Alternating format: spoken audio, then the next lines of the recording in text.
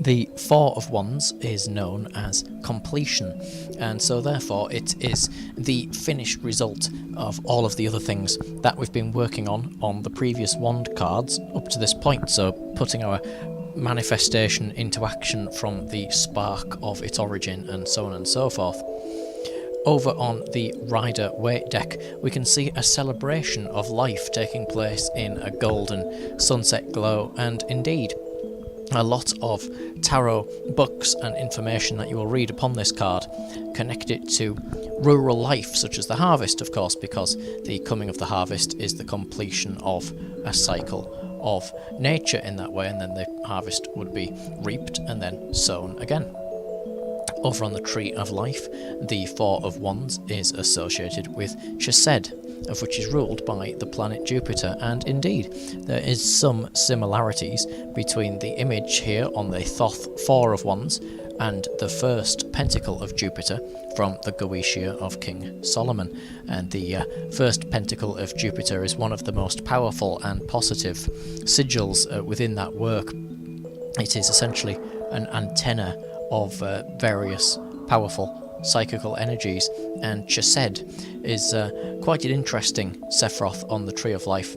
It's in between two Sephiroth, which are the above and the below, and so it is in many ways a doorway and a separation between the spiritual and the material worlds. And so it is concerned with the giving of form to things of which are otherwise formless, such as the thoughts in our mind, which is where this journey, of course, began.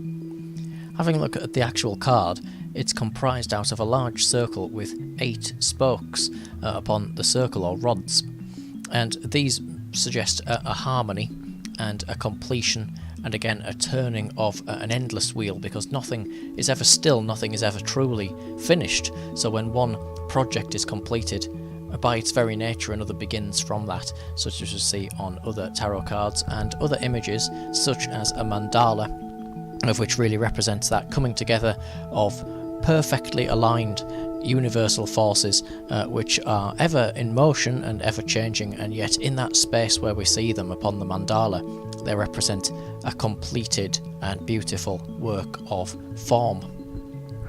There are, of course, 8 spokes, as we've said, and this has numerous different meanings to it.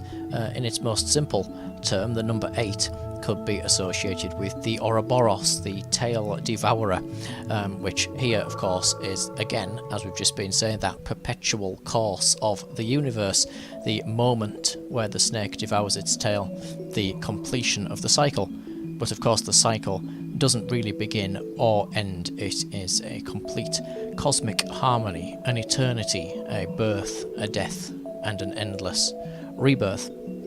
It can also represent, this number 8, the actual Hebrew letter for number 8, which, when we draw that using various Hebrew symbols, contains words of which separately mean to will, to bind, and to love. And so it's suggesting that the physical world of form is coming in here, and that the true physical world of form is one of love, and a love that has been willed to actually exist, the actual desire to have something wonderful in our homes, or to have a loving partner, or even just to admire the love of the natural beauty and at the sunset, and so on and so forth.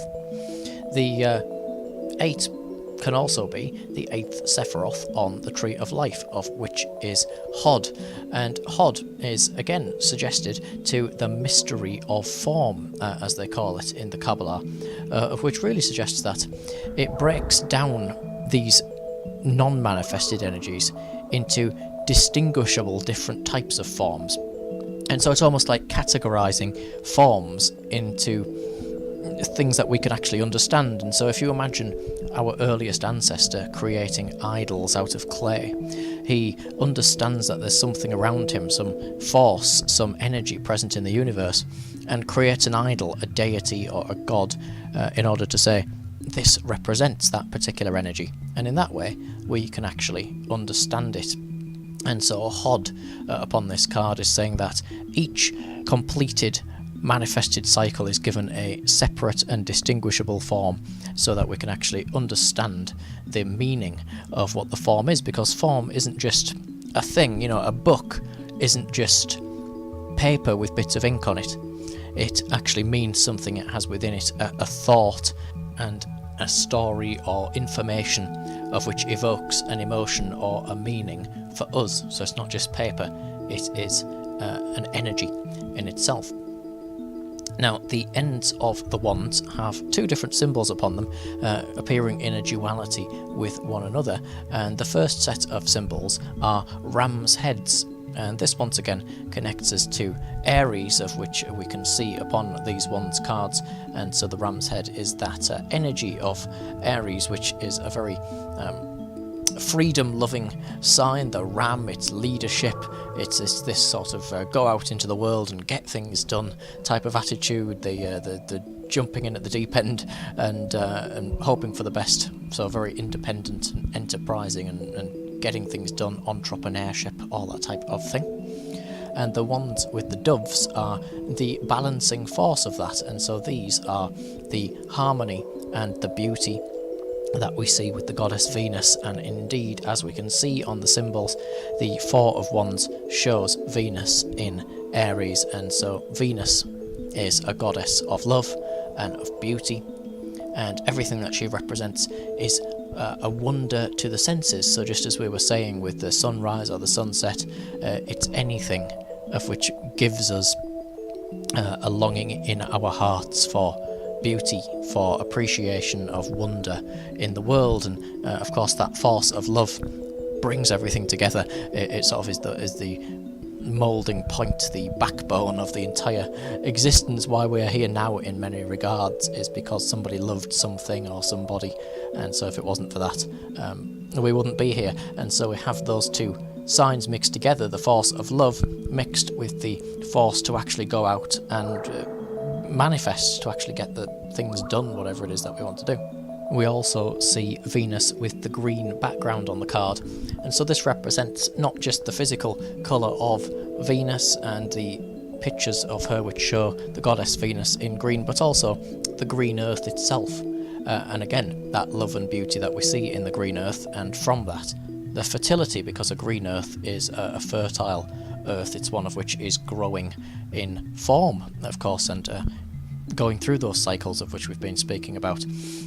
The fact that the card is a circle is saying that a work has been completed. So if we start at any point on the circle and draw all the way around it, eventually we will come to where we started from, and so our cycle has been completed in that way. It is a finished project, a finished piece of work. And so the house that we wanted to build, which started just as a spark in our mind, is now finished, and there's people actually living in it. So it's actually become what it wanted to be. It's been born, it's been raised, and look at it, it's bloomed into this wonderful thing of whatever it may actually be.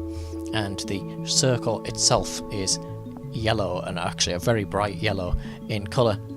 And indeed, this is the energy of the sun, and we saw this very prominently back on the Rider-Waite card of that. That's the energy, and it's supposed to be, on this Thoth card, the energy of the sun that we've actually used in our manifestation. And so to make this task completed, we've had to put some effort into it.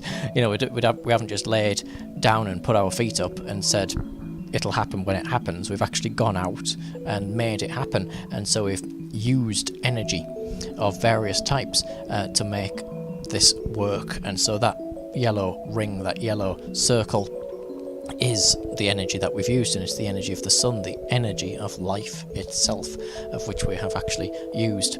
And indeed, we can actually see this in the centre of the wheels. In that point where they all join together is the sun in a singularity, and we can actually see that these sun beams, these fiery dancing suns, are similar in many regards to what we saw over on the Three of Wands. And so you can see the card transitioning.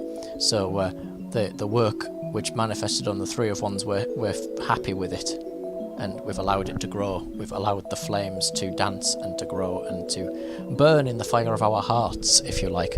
And so all of the energy comes together into that singularity, and we look at it and we say it is good, which is something of which we have heard in the Bible and in other types of esoteric literature. So if you draw this card, it's a good one. It's saying whatever it is that you set out to do when you sat down for this reading is coming to its natural close. It's reached a phase of its life where there is a completion, an accomplishment that you can be happy with. So it's a time of celebration. It's a time of joy. And so it could be that after that you would want to rest, you would want to step back for a while and just appreciate it. Just appreciate the wholeness and the stability, the harmony of what you have manifested. You can look at it and you can say, I have made that happen, and it's all good, it's all perfect in some regards. And so the Four of Wands is generally a very positive and energy giving card to receive in your reading.